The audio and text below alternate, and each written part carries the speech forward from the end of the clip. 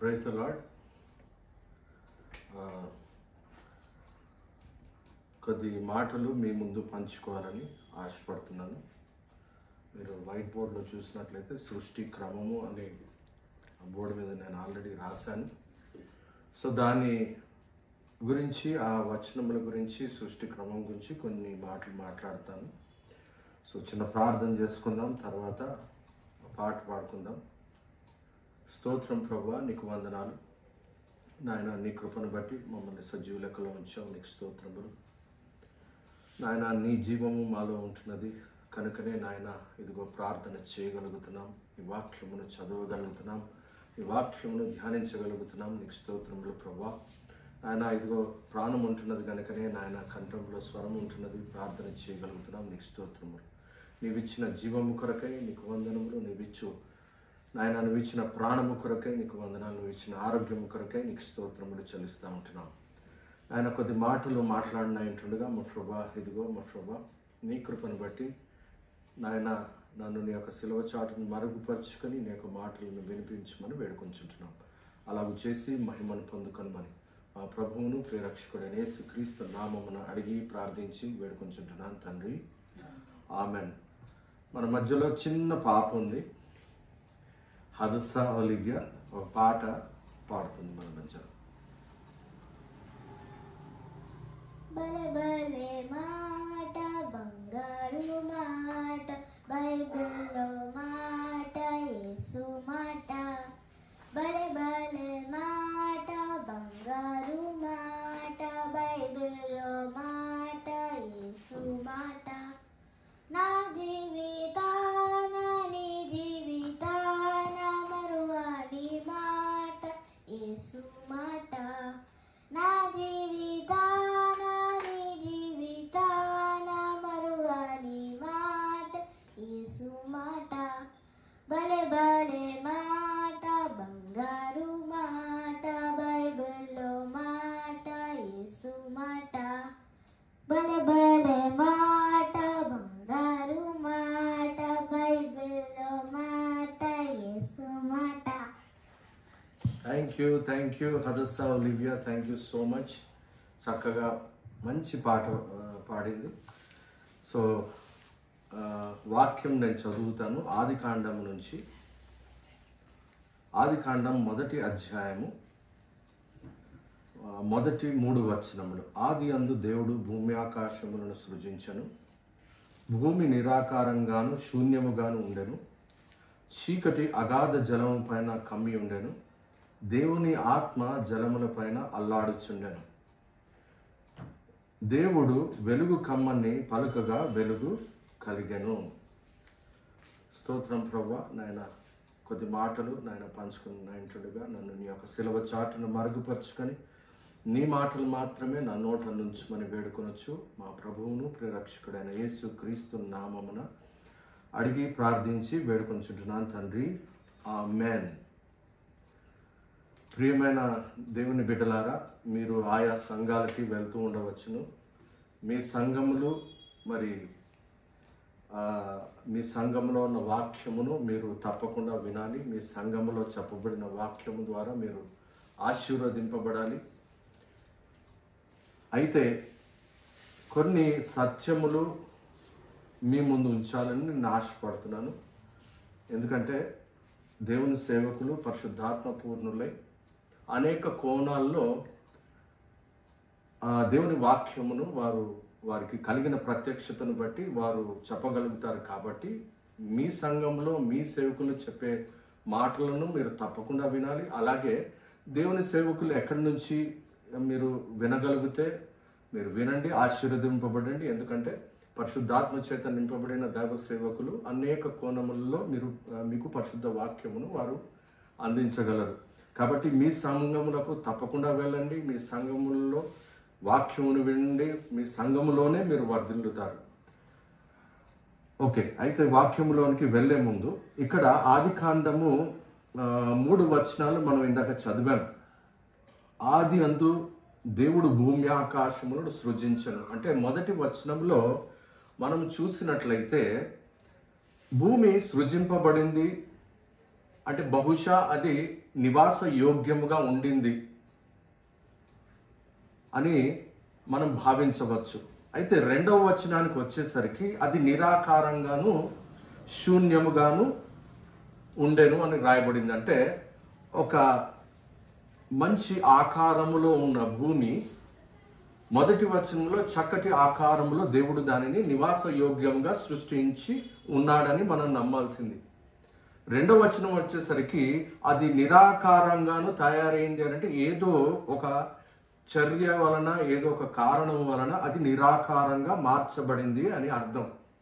అయితే తత్వవేత్తలు లేదంటే థియాలజియన్స్ వారు ఏమి చెప్తారు అని అంటే మొదటి వచనానికి రెండో వచనానికి ఎన్నో వేల సంవత్సరాల బహుశా ఇంకా ఎంతో ఎక్కువ సమయము గ్యాప్, అంటే ఒక గ్యాప్ థియరీ, అంటే ఒక వ్యత్యాసము ఉన్నట్లు వారు చెబుతారు.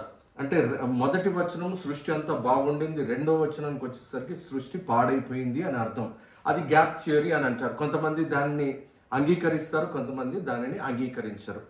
సరే, ఏదేమైనప్పటికీ మన కాంటెక్స్ట్లో మనము ఈ ఒక వచనమును చదివినప్పుడు మొదటి రెండు వచనాల మధ్యలో చక్కటి స్థితి నుంచి పాడైపోయిన స్థితి, అంటే పాపము కారణంగా అది నిరాకారంగాను శూన్యంగాను మారింది అని అనొచ్చు. అంటే ఒక రూపం ఉన్నది రూపం లేనిదిగా తయారైంది, రూపింపబడినది రూపము లేని దానిగా తయారైంది అని మనం అర్థం చేసుకోవచ్చు. అయితే ఇక్కడ నేను ఎందుకు ఈ వచనాలు మీకు చెబుతున్నాను అనంటే, బైబిల్ గ్రంథములో రాయబడిన ప్రతి వచనము లేకపోతే ప్రతి గ్రంథము కూడా దేవుని చేత ప్రేరేపింపబడినది, దేవుని చేత ప్రేరేపింపబడినది.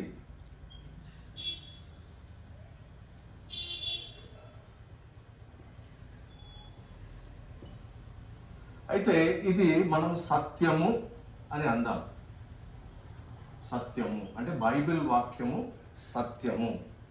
అయితే యేసు క్రీస్తు ప్రభువారు యోహాను సువార్త 16వ అధ్యాయము 13వ వచనంలో వారు ఏమంటారు అని అంటే, అయితే అంటే పరిశుద్ధాత్మ గురించి చెబుతూ, అయితే ఆయన అనగా సత్యస్వరూపి అయిన ఆత్మ వచ్చినప్పుడు మిమ్మును సర్వసత్యములోనికి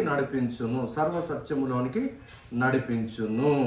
అంటే పరిశుద్ధ గ్రంథములో రాయబడినది సత్యము మాత్రమే అనేది గ్రహించాలి.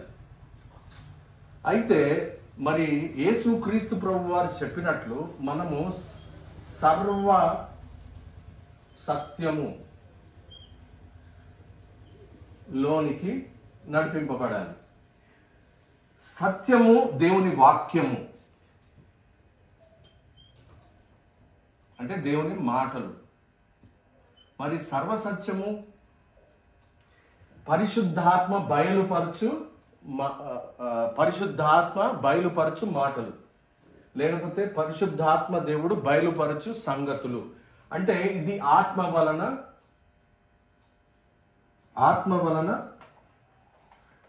గ్రహించుకొనగలము.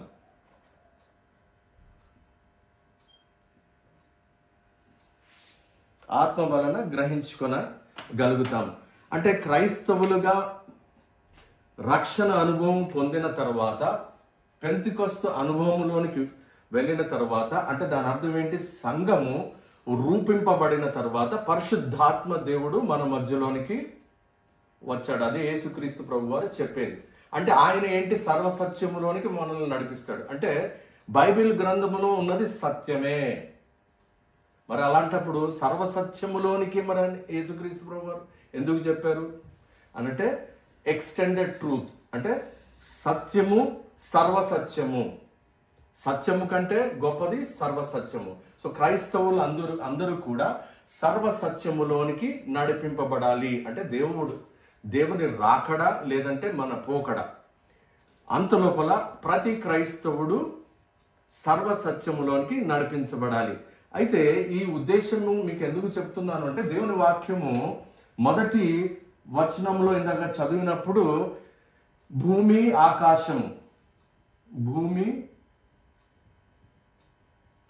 ఆకాశము సృష్టింపబడింది. అంటే ఇది నివాస యోగ్యంగా ఉండింది, నివాస యోగ్యంగా ఉండింది.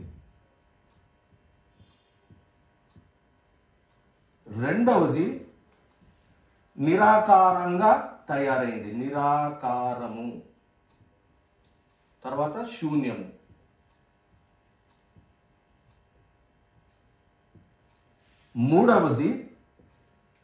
మూడవ వచనంలో ఏం రాయబడింది?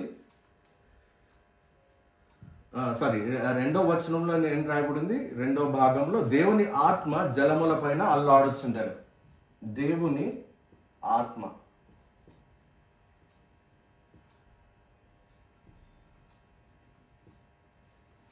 జలముల పైన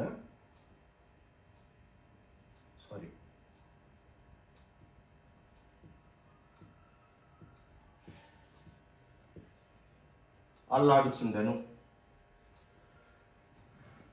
నాలుగో అంశం ఏముంది? వెలుగు కమ్మని పలుకగా వెలుగు కలిగెను. అంటే దేవుని మాట.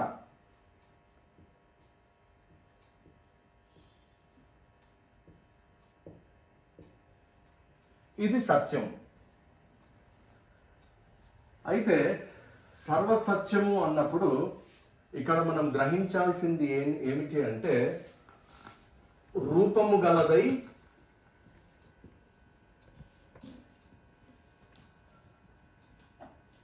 కలదిగా భూమి ఆకాశం ఉండేది.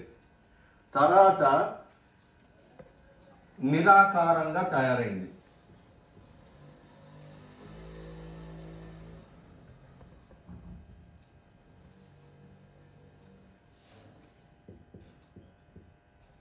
మూడవ వచనానికి వచ్చేసరికి ఆత్మ అల్లాడిందంట. మూడవ అంశం వచ్చేసరికి ఆత్మ అల్లాడెను. అంటే ఇక్కడ గ్రహించాల్సింది ఏమిటి అని అంటే, భూమి ఆకారంలో ఉండింది. దేవుడు దాన్ని ఒక పర్ఫెక్ట్ అంటే చక్కటి రూపంలో దాన్ని భూమిని ఆకాశమును సృష్టించాడు. రెండవ వచనానికి వచ్చేసరికి అది నిరాకారంగా మారింది. అయితే దేవుడు చక్కగా సృష్టించింది పాడైపోయి ఉంటే మరి ఆయన ఆత్మ అల్లాడుతుంది కదా. ఒక మంచి రూపం కలిగింది ఏదైనా ఒక వస్తువు, మీరు అతి ప్రియమైన వస్తువు మీరు కొని తెచ్చుకుంటారు. అది పాడైపోయిన స్థితిలో ఉంటే మీకు బాధ కలుగుతుంది కదా. బాధ కలిగి ఏమంటారు? అయ్యో ఈ వస్తువు ఇలా తయారైపోయింది ఏంటి అని మనం అనుకుంటా ఉంటాం. అంటే దాని అర్థం ఏమిటి? మన యొక్క ఆత్మ ఆ వస్తువు పైన అల్లాడుతుంది. ఏంటంటే దీన్ని ఎందుకు ఇలా అయిపోయింది అంటే దాని అర్థం ఏమిటి అని అంటే, తిరిగి దానిని మళ్ళీ రూపము గలదై ఉండాలని ఆశించుతాం మనం. మనకి ఏం ఆశ కలుగుద్ది? సెల్ ఫోన్ కింద పడేస్తే అది ఇరిగిపోద్ది. అంటే రూపము కలిగింది, నిరాకారంగా అది తయారైపోయింది. అంటే ఆత్మ దాన్ని చూడగానే అల్లాడుతుంది. ఏంటంటే అయ్యో ఇదేంటి నిరాకారంగా తయారైంది అంటే దాని అర్థం తిరిగి దానిని బాగు చెయ్యాలనే ఉద్దేశం కలుగుతుంది. అయితే ఆత్మ అల్లాడెను అంటే దాని అర్థం అదే. అంటే ఇక్కడ నేను చూడగలిగింది ఏంటి అని అంటే దేవుని ప్రేమ.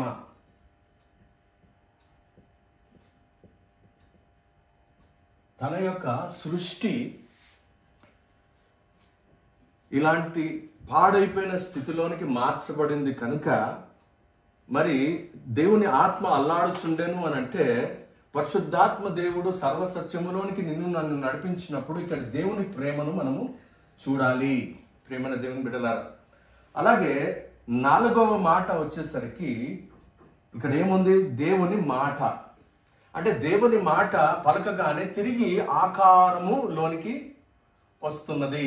అంటే నిరాకారంగా ఉన్నది నివాస యోగ్యముగా తయారవుతుంది. మనం అనుకోవచ్చు మాట మాత్రమే ఎలాగూ సాధ్యము, మాట పలికితే అన్ని అయిపోతాయా అని చాలా మందికి డౌట్ వస్తుంది.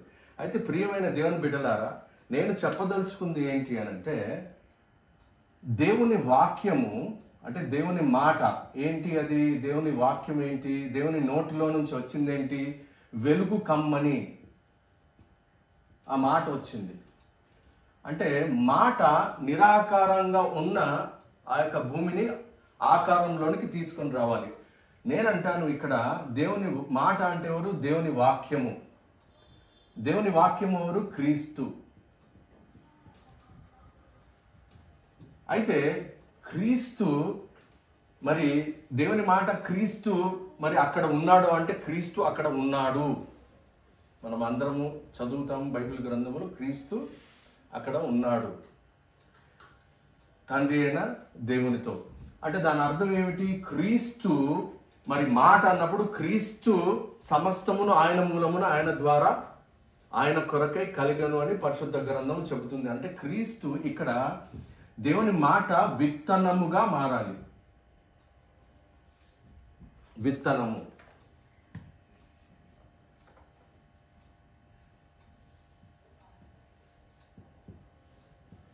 అంటే దేవుని వాక్యము విత్తనము.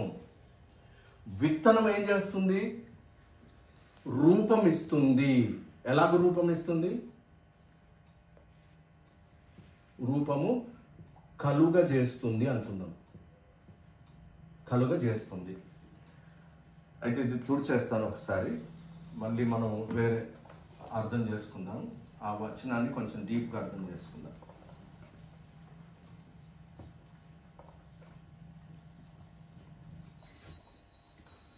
ఇప్పుడు వాక్యము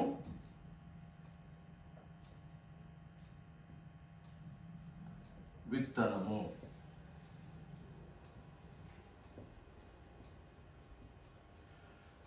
చూడండి, దేవుని వాక్యం విత్తనం. విత్తనం భూమిలో నాటితే ఏమొస్తుంది? మొక్క. అంటే ఒక కొత్త రూపము.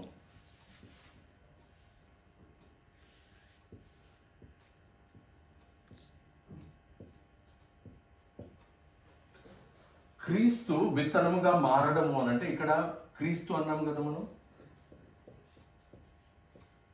క్రీస్తు విత్తనముగా మారడము అని అంటే యేసుక్రీస్తు ప్రభువారి ఒక మాట అన్నారు,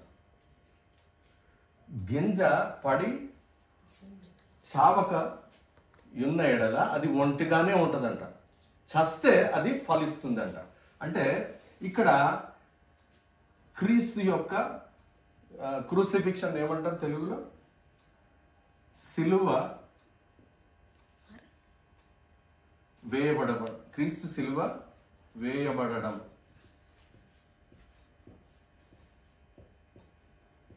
పరిశుద్ధాత్మ దేవుడు నాకు సాక్ష్యం ఏమని చెబుతున్నాడు అని అంటే, వాక్యమును విత్తనంగా మారాలి అని అంటే క్రీస్తు సిలువ వేయబడాలి. అంటే వాక్యం విత్తనంగా ఎప్పుడు మారుతుంది అని అంటే, విత్తనముగా ఎప్పుడు మారుతుంది అంటే తను తాను రిక్తునిగా చేసుకుని తను తాను ఖాళీ చేసుకుని అంటే ఆయన విత్తనముగా మారతాడు అని అంటే, తనది ఏది కాదు అనుకొని విత్తనముగా చేసుకుంటేనే ఒక మొక్క ఫలిస్తుంది అని అంటే, ఒక క్రొత్త భూమి, క్రొత్త ఆకాశము. అంటే దేవుడు అక్కడ ఏం చేశాడు? పాడైపోయిన స్థితిని తిరిగి దానిని ఇంగ్లీష్లో చెప్పాలి అని అంటే, మొదట దేవుడు ఫామ్ చేశాడు, తర్వాత అది డీఫామ్ అయింది, తర్వాత అది రీఫామ్ కూడా అయింది. మొదటి వచనంలో అది రూపంలో ఉందంటే గాడ్ ఫార్మ్డ్ ఇట్. తర్వాత ఇట్ వాజ్ డిఫార్మ్డ్ అంటే శూన్యముగాను నిరాకారంగాను ఉంది. తర్వాత వెలుగు కమ్మని అని పలికాడు కదా, అప్పుడు రీఫామ్ అయింది అని అర్థం. అంటే తిరిగి రూపాన్ని సంతరించుకుంది. సో రూపము సంతరించుకోవడం అంటే విత్తనం ఉంటేనే, వాక్యము దేవుడు పలకగానే, వెలుగు కమ్మని అని పలకగానే ఏమైంది? రూపము దాల్చుకున్నది. అంటే ఒక రకంగా చెప్పాలి అని అంటే, మాట విత్తనముగా మారితేనే రూపము వస్తుంది. ప్రేమైన దేవుని బిడ్డలారా, అయితే ఈ విషయాన్ని ఇక్కడ నేనేం చూస్తున్నాను? క్రీస్తు ప్రేమను చూస్తున్నాను, అంటే దేవుని ప్రేమను చూస్తున్నాను. అలాగే ఆ మొదటి అధ్యాయము ఆది కాండము ఆ మొదటి 3 వచనములలో నేను ఇంగ్లీష్లో చెప్పాలి అంటే, I see the crucifixion of Christ as well. అంటే క్రీస్తు సిలువ వేయబడడం అంటే తను తాను రిక్తునిగా చేసుకొనడం. అంటే ఫిలిప్పీలకు రాస్తూ పౌలు భక్తుడు చెప్తాడు, విడిచిపెట్టకూడని భాగ్యం అని తెలిసి కూడా, తండ్రితో సమానుడు అని తెలిసి కూడా, అది విడిచిపెట్టకూడని భాగ్యం అని తెలిసి కూడా దేవుడు యేసుక్రీస్తు ప్రభు వారు ఏం చేశారు? తన్ను తాను తగ్గించుకున్నారు రిక్తునిగా. ఇంగ్లీష్లో దానికి ఒక మంచి అక్షరం వాడతారు, కినోసిస్ అని వాడతారు. కినోసిస్ అంటే తన్ను తాను ఖాళీ చేసుకున్నాడు, అంటే ఎంటీయింగ్. సో ఎంటీ చేసుకున్న తర్వాతనే ఆయన విత్తనంగా మారుతాడు. అందుకనే అది పడి చస్తేనే కానీ ఒకవేళ అది విత్తనం ఒంటిగానే ఉంటే అది ఫలించదు. విత్తనము బయట ఉంటే ఫలిస్తుందా? మొక్క వస్తుందా? రానే రాదు. విత్తనము భూమిలో పడితేనే ఒక కొత్త రూపము వస్తుంది. ప్రియమైన దేవుని బిడ్డలారా, కాబట్టి పరిశుద్ధాత్మ దేవుడు నాకు బయలుపరిచింది ఏమిటి అనంటే, యేసు క్రీస్తు ప్రభు వారు ఆయన గురించి చెప్పబడిన వాక్యము సమస్తమును ఆయన మూలమున, ఆయన ద్వారా, ఆయన కొరకు సృష్టింపబడినవి అని పరిశుద్ధ గ్రంథములో కొలసీలకు రాసిన పత్రికలో రాయబడి ఉంది. అయితే ఇక్కడ విత్తనము అనే అంశము కూడా ఇక్కడ మనకు కనబడుతుంది. అంటే దాని అర్థము దేవుని ప్రేమను చూస్తున్నాను నేను ఇక్కడ. ఆత్మ అల్లాడుచున్నది అంటే దేవుని ప్రేమ. అందుకని పెంతెకొస్తు అనుభవంలో పరిశుద్ధాత్మ దేవుడు వారి మీదికి దిగి వచ్చినప్పుడు వారు జీవము కలిగిన వారై వారు అన్ని భాషలలో మాట్లాడడం మొదలు పెట్టారు. ప్రియమైన దేవుని సంగమా, కాబట్టి దేవుని ఆత్మ పొందుకొనుట ఎంతో ప్రాముఖ్యమైన ఘట్టం క్రైస్తవ జీవితంలో. దాని గురించి వివరంగా మళ్ళీ ఇంకొకసారి ఎప్పుడైనా చెబుతాను నేను. అయితే ఇక్కడ మనం అర్థం చేసుకోవాల్సింది ఏంటి అని అంటే, ప్రతి క్రైస్తవ బిడ్డ సత్యము ఎరుగుదురు. పరిశుద్ధ గ్రంథంలో రాయబడింది. అనేక మంది దేవుని సేవకులు ఈ సత్యవాక్కులు మీకు చెబుతూ ఉంటారు. కానీ దేవుడు వారికి ఇచ్చిన ప్రత్యక్షతను బట్టి కూడా వారు ఇంకా చెబుతారు. దేవుని వాక్యం ఏమనుంది ఇక్కడ? వెలుగు కమ్మని పలకగా అంటే దాని అర్థం ఏంటి? దేవుడు పలకగానే సృష్టి క్రమంలోనికి రావడం మొదలైంది. అయితే పరిశుద్ధాత్మ దేవుడు ఏం చెబుతున్నాడు? అక్కడ క్రీస్తు ఉన్నాడు, అక్కడ దేవుని ప్రేమ ఉందని చెప్తున్నాడు. అంటే పరిశుద్ధాత్మ దేవుడు ప్రతి వచనంలో క్రీస్తు ప్రేమ చూపెట్టాలి నీకు. ప్రతి వచనంలో, ఎన్ని వచనాలు అయితే పరిశుద్ధ గ్రంథంలో ఉన్నాయో ప్రతి వచనంలో నువ్వు క్రీస్తును చూడాలి, క్రీస్తు ప్రేమను చూడాలి. ఎందుకనంటే ఒక వచనం నేను మీకు చదువుతాను, చదివి నేను ముందుకెళ్తాను. ఇక్కడ ఏమనుంది? 15వ అధ్యాయంలో, యోహాను సువార్త 15వ అధ్యాయంలో 26వ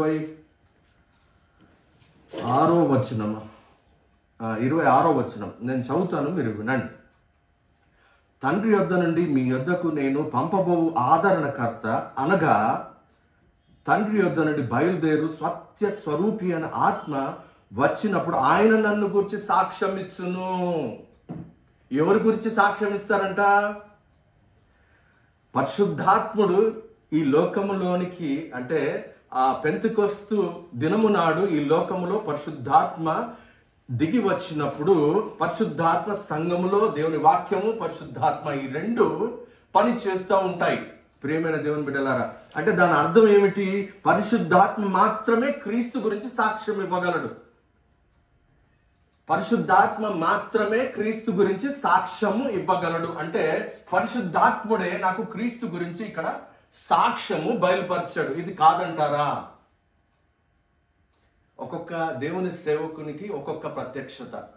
నేను విన్నాను, ఒక దేవుని సేవకుడు వైజాగ్లో ఉంటారు, వారు చెప్పడం బట్టి వారికి దేవుడు ఇచ్చిన ప్రత్యక్షత ఏంటి అంటే, పరిశుద్ధాత్మ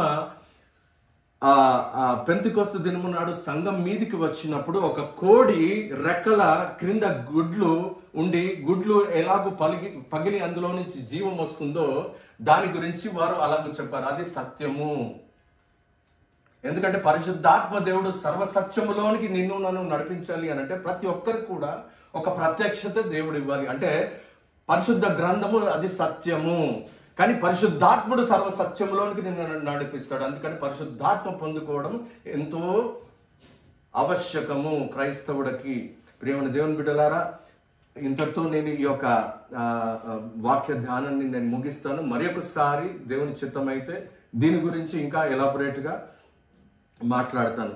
తలలు వంచితే ప్రార్థన చేస్తాను. స్తోత్రం ప్రభువా, పరిశుద్ధుడా నీ బంగారు పాదములకు స్తోత్రములు అయ్యా. నీ కృపను బట్టి మా ప్రభువా, ఇదిగో పరిశుద్ధాత్మ దేవుడిని బట్టి నాయన సర్వసత్యములోనికి ఆయన నడిపిస్తాడని నాయన నీ వాక్యము సత్యము మా ప్రభువా, సత్యమే మమ్మల్ని విడిపించినది నాయన. ఆ సత్యము లేకపోతే నాయన, ఈ యొక్క పరిశుద్ధ గ్రంథము నీ వాక్యము లేకపోతే నాయన, సాతాను చెరలో నుంచి నాయన మేము విడిపింపబడి ఉండే వారమే కాదు నా తల్లి నాయన. ఇప్పుడు విడిపింపబడిన వారము సర్వసత్యములోనికి నడిపించబడాలి అంటే పరిశుద్ధాత్మ దేవుడు ప్రతి సంఘములో నాయన తన కార్యమును జరిగించాలి. పరిశుద్ధాత్మ దేవుడు ప్రతి సంఘ నాయకుని లో ఉండి సర్వసత్యంలోనికి క్రీస్తుని గురించి సాక్ష్యము పలకాలి మా ప్రభువా. ప్రతి వచనములో మా ప్రభువా, ప్రతి నాయన ఇదిగో పరిశుద్ధ గ్రంథంలో ప్రతి వచనంలో క్రీస్తు కనబడాలి నా తల్లి నాయన. అటువంటిదే సర్వసత్యములోనికి నాయన నడిపింపబడుట.